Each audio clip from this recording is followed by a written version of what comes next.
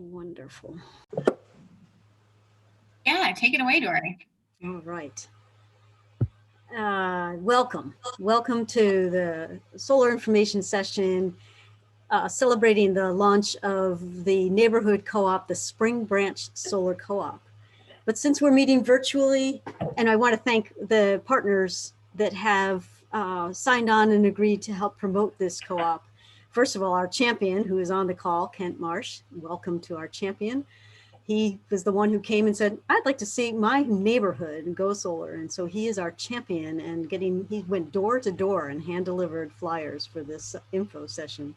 But I also like to thank our partners, Interfaith Environmental Network of Houston and HREG, Houston Renewable Energy Group, and Citizens Climate Lobby of Houston. It's great to have wonderful partners in this co-op. But as I said, since we're meeting virtually, we also want to let you know that there's an open co-op up in the Dallas DeSoto area. And we may have folks from there that want to learn about going solar in their neighborhood. So you all are welcome as well. And some great partners there. Another Citizens Climate Lobby and Environmental Texas and Texburg. So thank you all in the movement. So just some housekeeping first. You can join with audio. Just choose the mic and speakers, or you can call in by telephone. You can submit any questions along the way in the chat box. And this webinar is being recorded, so we'll share a link to everyone who RSVP after the event has ended. So who are we? We're a nonprofit. We're not affiliated. We are not affiliated with any company or installer. We are installer neutral. We rely on you, the community, to make us grow and help us get solar out there. We want to see solar on every rooftop. To me, the sun is the most democratic form of energy we have. And so if we can help get it to all people, that would be great. And so we not only educate about solar, but we advocate for solar as well. And I should probably say we organized in 2007 when the first co-op was a Mount Pleasant Solar Co-op. And Walter, pictured on the left, is the son of our executive director, Anya Schoolman. He and his friend came home after watching a documentary and said, Ma, we need to go solar. And so Anya looked into it and found out that it wasn't going to be easy. But through her son and his friend, they went door to door, much as Kent did for this info session, enlisting the help of about 50 neighbors to untangle the complicated process. And they did it. It was not easy. And 2 years later, they had, I think, what was it, 40 or so folks from that first co-op, 45 homes went solar. But she said, wow, after all that work, people would come to her and ask, how did you do that? We want to do solar in our neighborhood too. And so hence became Solar United Neighbors. It's now in 12 different states across the country. And we're helping people go solar and fight for their energy rights. So yes, we're going to educate about the co-op process. And so that's what most of this is going to be about. But know that we'll also say, hey, let's send postcards to our legislative, they're talking about different solar taxes. They're talking about reducing our access to solar. Let's make sure they know that we care about that. So we'll do campaigns on occasion. We'll ask you to join a solar action team and, advocate for solar. But today, what we're going to study and what we're going to learn about is the co-op process. But there is another way. So the co-op process takes months. We gather people together, we learn, we go, could be upwards of a 6 to 8 month process. We're thinking this co-op, because it's a neighborhood co-op, the Spring Branch co-op, we might go a little quicker in that, but normally it's a 6 to 8 month process. And we, as a group, you all, the co-op members, select a single installer after going out to competitively bid. And but even though we do it as a group, you all will sign individual contracts. Oops, excuse me. And there's no obligation to purchase, and it's free to join the co-op. And you get benefits of being a member. So it's a nice way to all go solar together. It reduces some of the hurdles and some of the the challenges of going solar on your own. However, if you're like, no, I know exactly what I want to do. I just want to get 3 quotes. I want to go solar. I'm ready. Well, then maybe the individual membership is better for you. And it's where you can join Solar United Neighbors. You can get that individual process help. They can help you go, our info desk can help you go out for a bid for 3 proposals. You negotiate your own deal. It's a faster timeline. And that's a fee to join, $85 annual membership. But right now, today, we're going to focus on the co-op process. And this presentation will be in 3 parts. We're going to go over some basic technology. Some of you may be expert at this, but we'll just make sure everybody's on the same level of communicating about their solar, and then how the co-op works, and then the economics of solar today. So first part, solar technology, just getting the language, making sure we're all talking the same. How does a solar panel work? What is it called? So photovoltaic, photons from the sun, voltage like electricity. So solar, electricity, PV, photovoltaics. We convert solar energy to electricity. And there's other forms of solar energy like solar thermal, but today we're going to focus on solar electricity. Basic, how does it work? 4 basic components. You have your solar array. You have an inverter that changes it from alternating direct current, from the panels create direct current, converts it into alternating current, which is what your home and the grid likes to see. So it sends it through your circuit breaker panel, your electric panel. And then if your home isn't using it, if the sun is strong, but your loads are low, it will send it back out through your meter to the grid. So we'll go over each of these in a little more detail next. And again, any questions along the way, just put them in the chat and Hannah will stop me on occasion and we'll go through those questions. So terminology, just make sure when we talk about a panel or an array, we're talking the size of it is in kilowatts, right? But when you talk about what that array can produce in every full hour of sun, it's kilowatt hours. Okay, and this is a diagrammatic, approximately a 3 kilowatt array using 250 watt panels, how it relates to a pretty much 5 foot something man, okay? So most homes, people will say, well, what size? It's really dependent on how much you've done conservation. Do you have your LED light bulbs? Do you, turn things off when not in use? Do you have a pool? That's always a big difference. So homes are different, but most homeowners will install between a 5 and a 12 plus array, 12 kilowatt array. For example, this next slide shows my home, and we sized our array with a 9 kilowatt array, intending to power our vehicles, our electric vehicles as well. So I think we would have been more like a 7 or a 6 kilowatt array if we were doing just our home with LED light bulbs, very efficient home, but we added in our cars as well. So, however, don't worry about the size in that the installer will help you. He'll look at your last 12 months of bills and he'll help you decide, or she will help you decide what is the best size. But while I'm here talking about size, I just want to empower you that they may say, here, this is the size to do 100% offset. You may say, no, my budget, I don't want to invest that much. You have control over the size of the ultimate size of the array. Okay, so you can ask for, give me 3 selections, small, medium, and large, right? You have that control. It doesn't, I wanted to do 100% offset, but you don't have to. All right, back to solar components, right? We have a panel with silicon cells wired together, sandwiched, encapsulated with a glass frame, aluminum, a glass plate and aluminum frame with a back sheet. That's your solar panel. And it comes in different varieties, different efficiencies, different costs per panel, per watt. And again, your installer can share with you the different options that they offer. The other component after the solar panels are the inverters. Then again, there's different types, and your installer will let you know which might be most appropriate for your installation. A single inverter, a string inverter might be good if your array is all in one plane and orientation like ours was.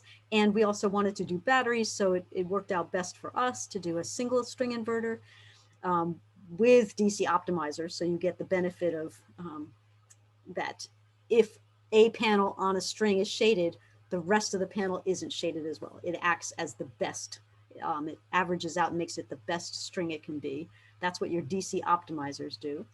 Microinverters do all of that. They invert it right there at the panel. Each panel has an inverter. And so they change it from direct current to alternating current at the roof.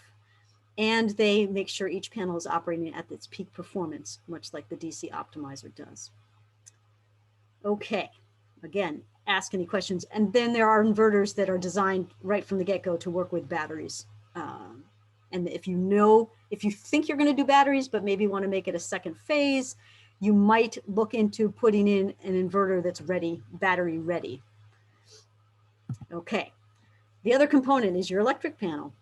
Most times, like this panel, you have plenty of extra room. They need a couple knockouts for the solar array. Sometimes your circuit breaker panel will be chock-a-block full, and it will need to be replaced as part of the solar installation. So that's like an added cost of around $1,000. But hopefully your circuit breaker panel has the capacity.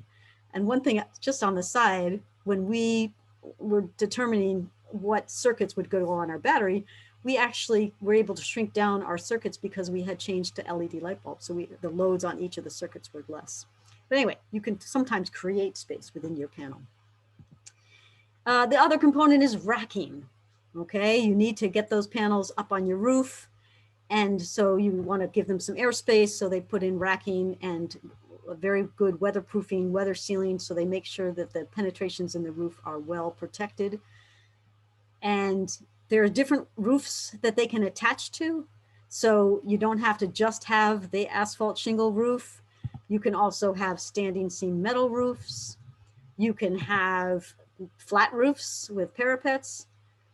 You can have ground mount. If you have enough space in your acreage, then you can put your array on the ground. And I've also seen great, they're not as big, but great arrays that are also porch roofs. You know, if you were to say, you know, I really would like a shaded extension off my home, you can make it a solar roof. So what makes for a good site? You definitely want to avoid lots of shade. We like our shade trees. So if your home is well shaded, you may be more interested in maybe a community-owned solar array rather than cutting down trees. But if you can get some exposure south, east, west, and west is fine. Our peak is usually west around 2 o'clock. Then your home will be good for solar. And part of becoming a co-op member, we'll take a look at that from our back office and help you determine whether you're maybe a good site, whether you're not a good site, or whether you are a good site for solar. And then the installer will do a more thorough screening. So, and you need enough roof space. Again, if you don't want 100% offset, then you don't need 100% of the amount of roof space. And again, the installer will help to determine what size works on your roof. So that's it in a nutshell, 4 major components that we just went over: the array, the inverter, the electric panel, and the meter. Okay, and again, if you have any questions, please ask. I have a question. Okay, Mark. Could you explain a little bit about the difference between the string inverter and the micro inverter? Good. I'm going to say the string inverter, where you put a DC optimizer on the back of every panel, is very similar to putting a microinverter. The string inverter takes DC, direct current wiring, from the panels down to a place.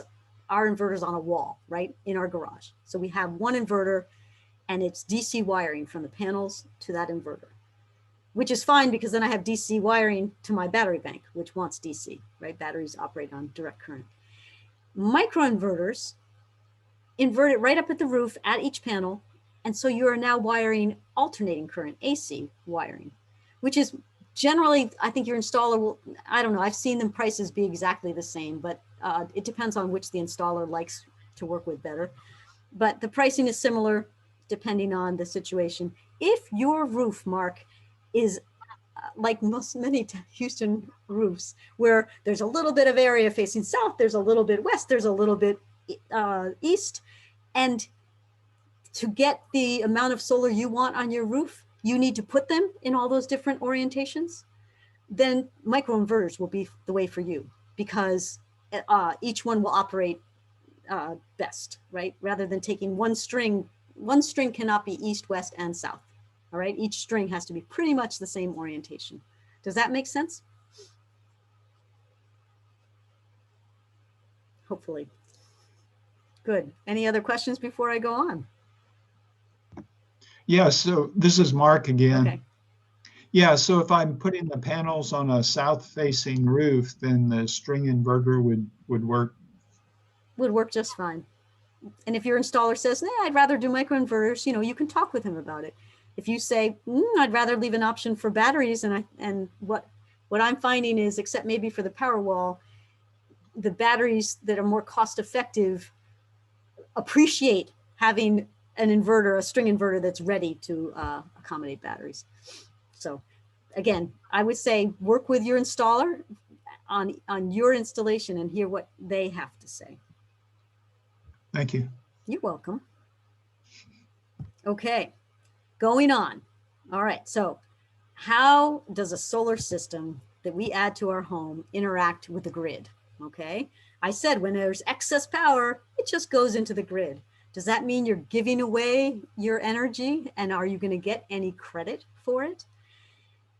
In the country at large, there is what's called solar net metering.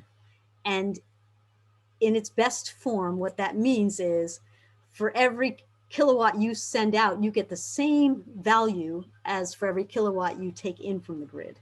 So if you pay 12 cents to bring in energy to your home and you send out energy, you should get 12 cents for that as well. That's kind of full net metering, right? In the best. We live in Texas.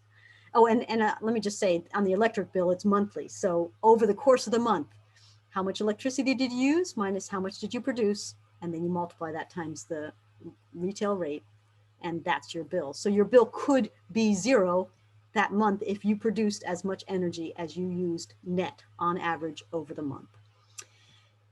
However, Texas, we live in the unregulated area here in Center Point, and we do not have the requirement that forces these retail energy providers to offer net metering or full net metering.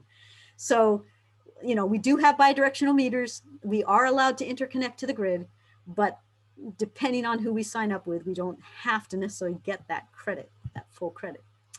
So it's complicated, but luckily for you all, Solar United Neighbors has made it easier to choose which retail energy provider is going to be best for your situation. And it is highly dependent on your situation. How much solar do you have compared to how much your load is? When do you use your load? And we've broken it all down, and Hannah's going to go into this more a little later. So take a deep breath and don't worry. We will help you determine which is the best retail energy provider to go with once you have your solar, to make sure you maximize your investment, your return on your investment. Okay. All right. So this happens to be, I believe, my bill from 1 month. And we're just showing you that I get renewable energy credits because on average over the month, or for the month, I gave them 686 kilowatts back into their grid. And so they gave me a credit. This month it didn't quite wipe out to zero, so I paid them a little bit. But most years I bank it during the spring and the fall, and then use it during the summer and the high air conditioning load. So my goal is over the course of the year to net meter to zero. Okay, just to make sure you have solar, you're thinking, this is great. But if the power goes out on the grid, to protect line workers, it's going to shut down automatically, right? Your inverter will shut down instantaneously to protect those line workers because they don't want power coming from sources they're not aware of. So that's law. That has to happen. If you, like me, wanted to have power even during a power outage, then you need to consider having batteries. If you wanted to just get return on your investment, batteries are not for you because batteries are an add. It's the equivalent of adding a auto start generator to your home. You don't get a payback on that other than peace of mind. But what's beautiful about the batteries for peace of mind is you also have quiet, no noise, no pollution, no maintenance. So it's come a long way, and batteries are awfully nice, but they're expensive. So they're a big add. Don't think about it if you're budget conscious and you want to just make sure you get your return on your investment. So you might want storage if you have frequent utility outages, which CenterPoint's pretty good. You might have some critical loads at home, but this is not an emergency backup, right? It still has it can run out if you don't manage it correctly. But you want to be ready for emergencies. You want your solar to keep on ticking even after the 5 days after the hurricane. And if you manage your battery and size it right and watch your load, you can do that. And the other reason is if your CenterPoint right now does not do time of day, so it's not really appropriate for folks in CenterPoint territory. But if your retail energy provider offers no net metering, and you want to extend your solar day, you can use the battery to get through the late afternoon, early evening energy load, and then wait until morning, have it charge back up again. So an example, fictitious, the Johnsons lose power from the utility several times a year, and each time it's out for an entire day. So he looked at his loads, his critical loads. What loads does he want to make sure he has even in a power outage? So not his electric washing machine or dishwasher, say, but yes, his microwave, not his electric oven, and not his whole house AC, but maybe the fans in each room. You know, he chose so that he could extend that life of the battery as long as he needed to. And for him, a 6 kilowatt battery bank worked. We have a little under a 10 kilowatt. And again, we've chosen what loads to put on our sub panel that run during a power outage. And I can keep my office, my husband's office, the whole house runs pretty much normally as long as we watch the weather, and we have to do the AC. We can't do the AC, so fans. Okay, so any questions on batteries, again, put them in chat, and we also have a lot of help. If you want to learn more, we have a great battery storage guide for homeowners. So I told you it was expensive, and the prices we use, next year we're going to adjust them, but right now we're using on average around $275 a watt. But so say you put in a 5.6 kilowatt array like the Johnsons did, and you spent this much money before taxes, and to put in a 6 kilowatt, it would be around $9,000. And again, you guys are going to go out to bid. You're going to get bids from different installers. They're going to have different prices. You're going to make a choice. So they may be different in these actual numbers, but this is the kind of ad that you're talking about to go with batteries. Okay. But one good news is batteries, if you put them in with your solar, if you have it as part of your solar array, they also benefit from the federal income tax credit. So that's good news. All right. Now I'm just going to go through some frequently asked questions. So if I don't hit your questions, then this is the time to ask. But warranties, what are the warranties? Good news, the solar panels have generally a 25-year warranty from the manufacturer for producing electricity. It will degrade over time, right? There's a degradation over time, but at the end of 25 years, they still will be producing around 80% of their nameplate value. The inverters are anywhere from 10 to 25 years. String inverters generally are 10 to 13 years. Microinverters are 25. You don't want to have to go up on your roof and change out inverters on your panels. Then there's product warranties. And they're similar. And then there's labor warranties. Installers will offer and it ranges, but they will offer warranty for their workmanship. And that can range anywhere from 2 to 10 years. Actually, we've seen 25-year warranties too. And again, you have to take it with a grain of salt because the company has to be around that long, right? To honor their warranties. So will it increase my homeowner's insurance? You need to let your homeowner's insurance know that you've added this asset to your home on your roof. We have heard that their rates didn't change at all to it was $100 a year more. If it's excessive, you should shop around because it shouldn't be excessive. But you do want to let them know that these panels are insured.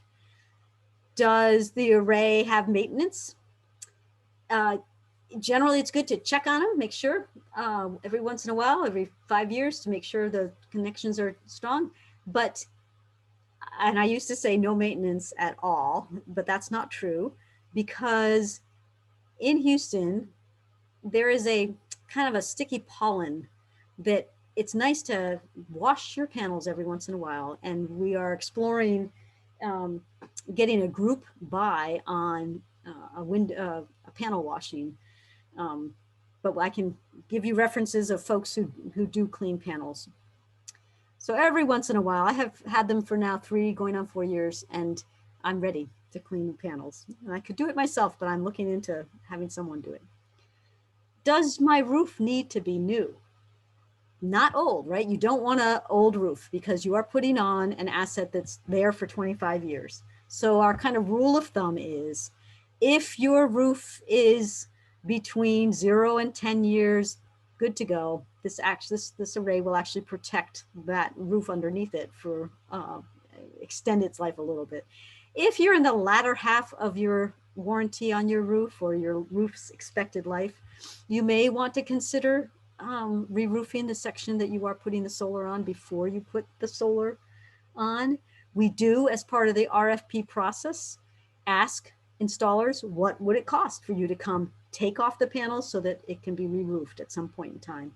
And on average, it's about $100 per panel, but it varies. How long do systems last? As I said, 25 years, and they keep on ticking. So it's a long-term investment, which is great because after you get your investment paid off in the first 10 to 15 years, or depending on your system, it's, quote, free money coming in, free savings. Will my HOA allow solar on my home? What's wonderful is that Texas has a law that says HOAs cannot restrict solar on homes. It's Texas Property Code 202.010. If they can ask you to move it for aesthetic reasons, but if it affects the performance more than 10%, that they can't do it more than 10%. So you have a leg to stand on. But HOAs are becoming more and more savvy and understanding that solar is an asset and a benefit. And so we've had less and less challenges of getting solar approved in homeowner associations. All right, how about hail and other things falling on them? So these panels are stronger than auto glass, right? They're really strong glass. They can withstand a 1-inch hail falling about 50 miles per hour. And they also withstand hurricanes. By code, they have to be installed in such a way to withstand hurricanes approximately 140 miles per hour. So they're solid and they're good. Any questions that I did not answer that you might have? All right. And hearing none, I have one. Okay, good, Mark. Yeah, I didn't hear what you said about the hurricane wind speed. 140 miles per hour. Okay, thank you. You're welcome.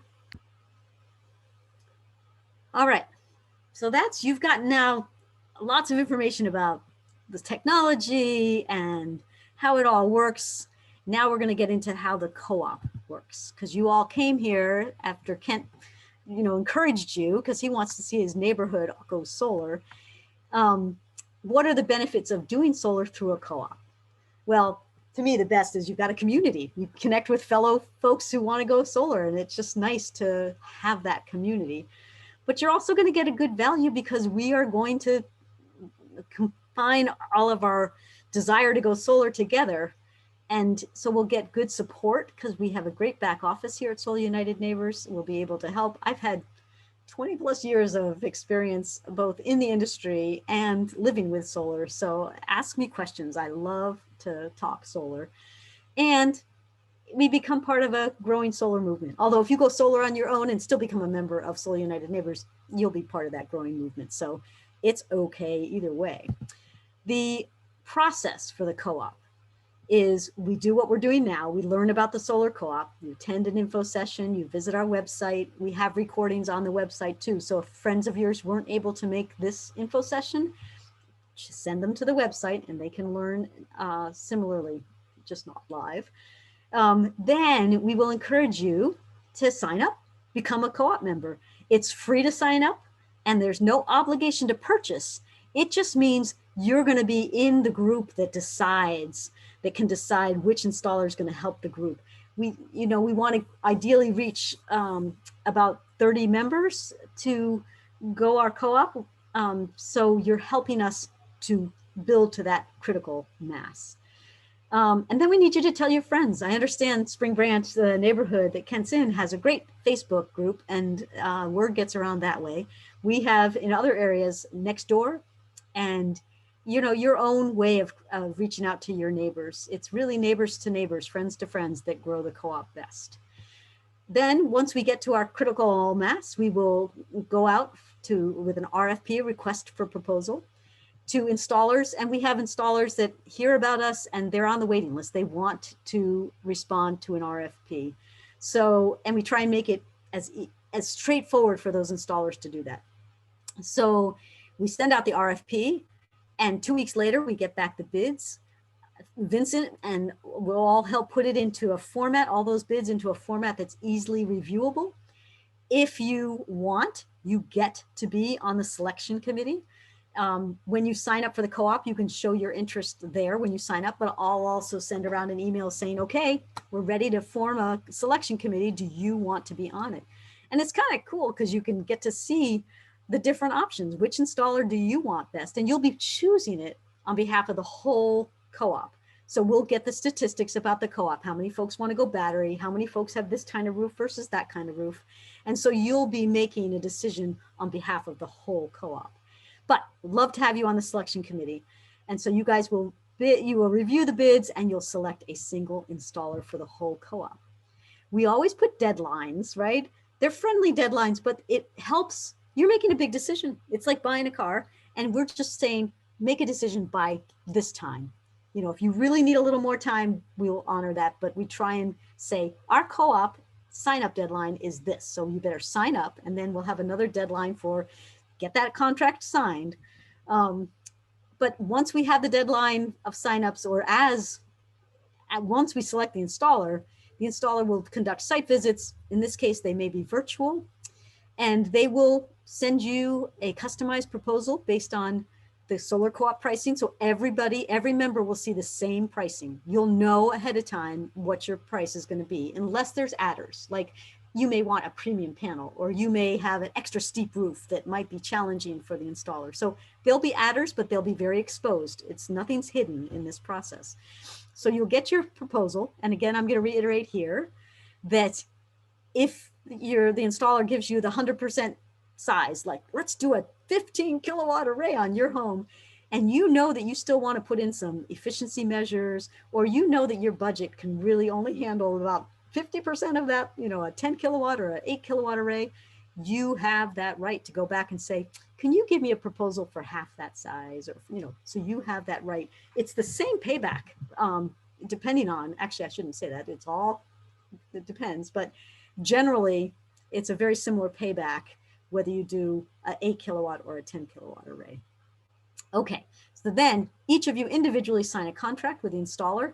The Solar United Neighbors is not part of that. You do it with that installer. The installer then gets the system installed, and then once everybody's installed, we have a party. And it's been virtual this year, but we just celebrate and we learn how we can advocate further, and we give out prizes, and that's my favorite time. So that's the process in a nutshell.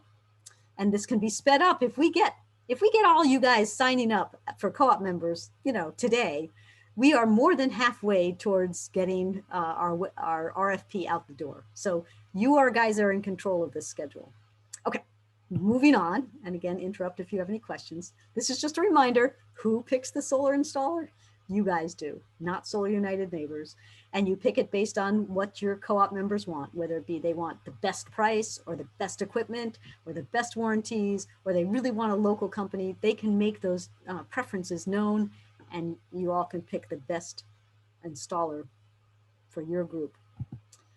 Okay, any questions on that section of why the co-op? All right, then economics. Why does the co-op help bring down the cost of solar? I like what we say on our website now. Imagine bringing you and 30 other friends into a store and saying, we all want this product, give us the best price. Well, that's what we're doing. We're going to an installer and we're saying, look, you usually spend about, more than half of your cost of selling solar, of installing solar, is in getting those warm leads that are educated, that know they want to go solar. Those are the soft costs. And that's what we do. We help with those soft costs because we take this time to educate you, answer your questions, so that when we do have an installer and they show you the proposal, you're educated and you're ready to decide to or not to go solar. So that's where our savings comes in. And you can see the price of panels have come down, price of equipment. The labor relatively has definitely come down. It's the soft costs that are still a challenge. And we never know how.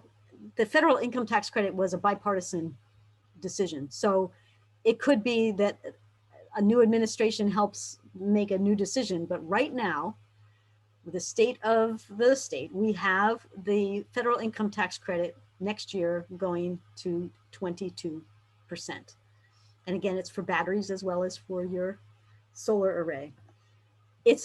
And I sound like a salesperson when I say this, but there's never a better time to go solar than now, right? So this is when it's good. It may change, but right now it'll be zero the following year. So if you want to get that incentive, that 22% federal income tax credit, then this is a good co-op to be part of, and this is a good time to go solar. All right. How we talk about our solar investment. And again, we're using a price that is higher than what we've been seeing in our co-ops, unless you want like a premium or have special adders. So this is hopefully conservative. But if you want a 5 kilowatt array, at $275 a watt, you're going to be spending about $13,750 before taxes. But the part I like to think about is this is a long-term investment. I told you there's no moving parts, and it's a 25-year lifespan plus. And you have a property tax exemption that you don't have to pay on the added value. Say you add, $15,000 to the value of your home. You fill out a form one time and you don't have to pay the added value that you just put on your home. And I will remind you of that each, the first year after you've installed solar.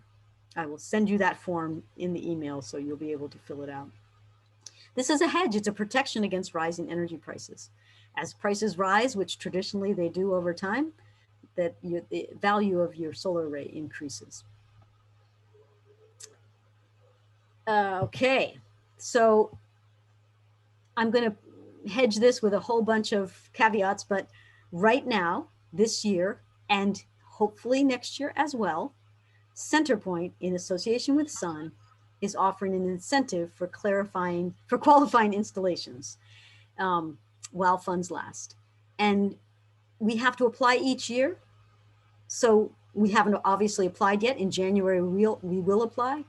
But this co-op we're going to right now assume that there will be an added incentive of around $150 to $200 a kilowatt. So it's really nice. CenterPoint wants to help reduce that critical peak load during the summer when its transmission is tough. And they know that solar, distributed generation like solar, can do that. So that's why we're having this incentive. And now I believe I get to turn it over to Hannah to talk about buyback plans. She's our resident expert. Hannah is the Texas manager for all of the state. Thank you, Dory. So we've been doing quite a bit of work in partnership with Texas Power Guide to provide an analysis on available solar buyback plans and other retail electricity plans that provide value to solar homeowners or soon to be solar owners within Texas. We're specifically looking at CenterPoint and Encore service territory with our analysis, which is really the greater Houston and greater Dallas areas. So I know that there are a bunch of scary lines on this slide, so don't worry about it too much. I'm going to step into each of them in the subsequent slides. But just to give you some high level information, the y-axis here is years, and the x-axis is this weird concept that we are calling export as a percentage of import. So that is the ratio of how much solar energy you are sending to the grid in comparison to how much you are buying from the grid. So if you import 1,000 kilowatt hours each month and you pay for them, a 40% export means that you send back 400 kilowatt hours of solar energy to the grid back through your meter. So this is related to, but it is not the same as net energy usage or the overall size of your system. And then the two squiggly lines that you see here, so the orange and the yellow, those are two different sort of average pre-solar retail electricity rates. And we chose to show both the 9.5 cent per kilowatt hour rate, which is sort of an average as low as you could go type of rate if you were to shop around and really be price conscious about your retail provider. And then the 12 cent per kilowatt hour line, that yellow line, is more accurately representative of what the average Texan is paying for electricity.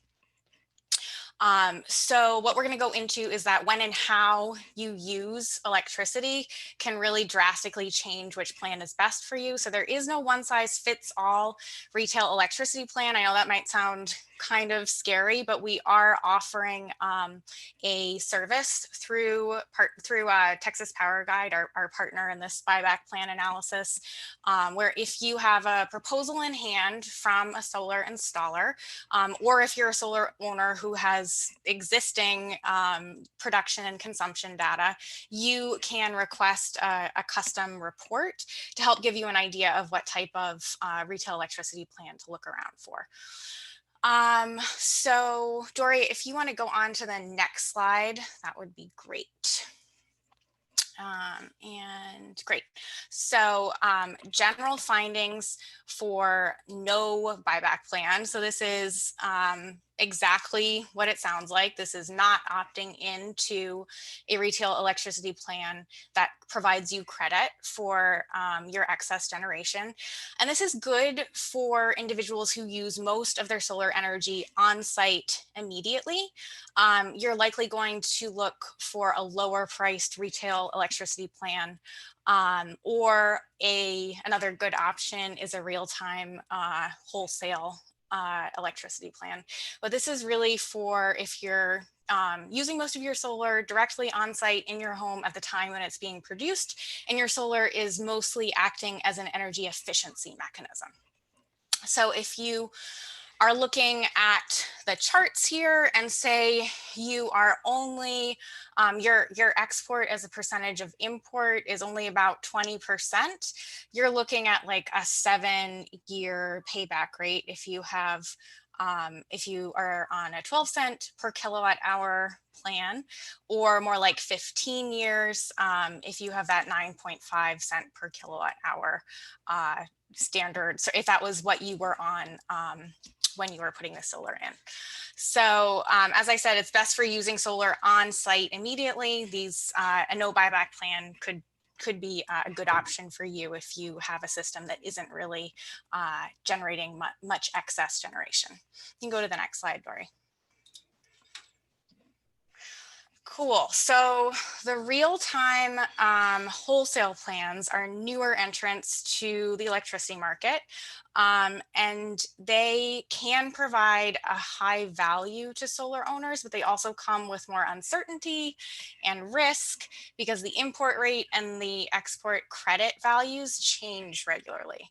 So this is a good option if you're someone who has sort of has either installed devices to limit your energy consumption during peak usage times, or if you're really conscious about when you're using electricity. So this is these types of plans, in order to maximize sort of their benefit, active behavior change by the household can really speed up the payback rate and increase how beneficial these are.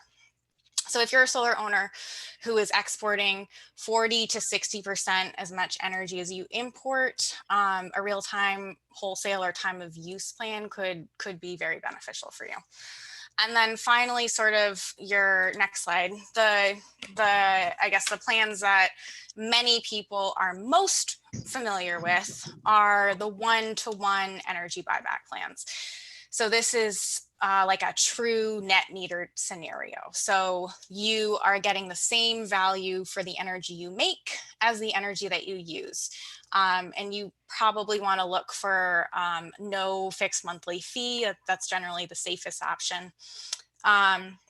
And so systems that are exporting, at least 40%, and the higher that percentage of export compared to import is, the more beneficial these plans are. So this is a good option if you are someone who's not using all of the electricity that your system is consuming directly on site, but is having a fair amount of import and export. And this still holds true even if that one-to-one buyback plan is significantly higher than your sort of standard retail electricity plan, as long as you have a solar system that really is doing that import and export. And I think that now with that framing, I could take questions here. We do have a whole webinar on buyback plans. I also have a link to more information about buyback plans on our website. But with that, I think I will turn it back over to Dory to go through the solar economics piece, now that you know a little bit why we have that range of values in this chart for your simple payback.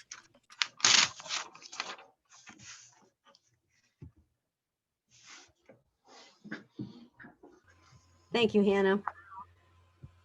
Do we have any questions for Hannah right now, or shall we move on? Okay. All right. Well, so now we just play with the numbers just to get you a feel.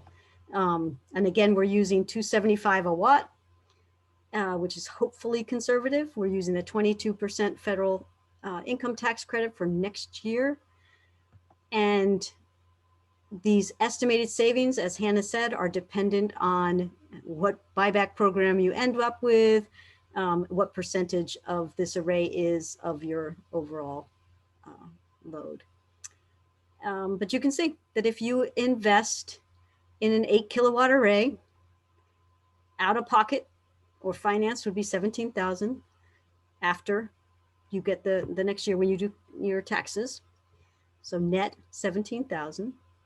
And then if we have the CenterPoint additional rebate, it would be for 8, it would be around what did I say, 100 per, so 800. So, you know, maybe 16,000, maybe you save another 1,000. All right. So then you can see your savings in generally from those previous graphs, which showed it better. It's, you know, depending on your situation, it could be anywhere from a 15 to 20-year payback. No, we're seeing 12. We're seeing a 10 to 15 on average, and really we're hoping to be able to move. If you click on the next slide, Dory, Okay. I think. Maybe, hold on. We are hoping to have. We are hoping to provide you with the resources to be able to maximize that investment, both through our buyback plan, tools on our website, as well as the custom reports to enable you to make those informed choices, and a little bit of extra support selecting a retail electricity provider that can help you maximize your savings. Thank you. 10 to 15 sounds a lot better. So good. And again, with efficiency, if you, you know, do the conservation at home, that helps reduce that payback as well. Okay.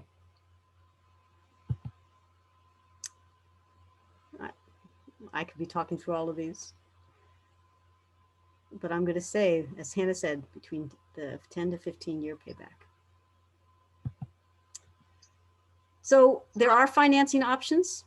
Cash will generally be your best investment return, but not all of us have that cash sitting in the bank waiting to be invested. So there are other options. The home equity line of credit, HELOC loans, generally can be good values.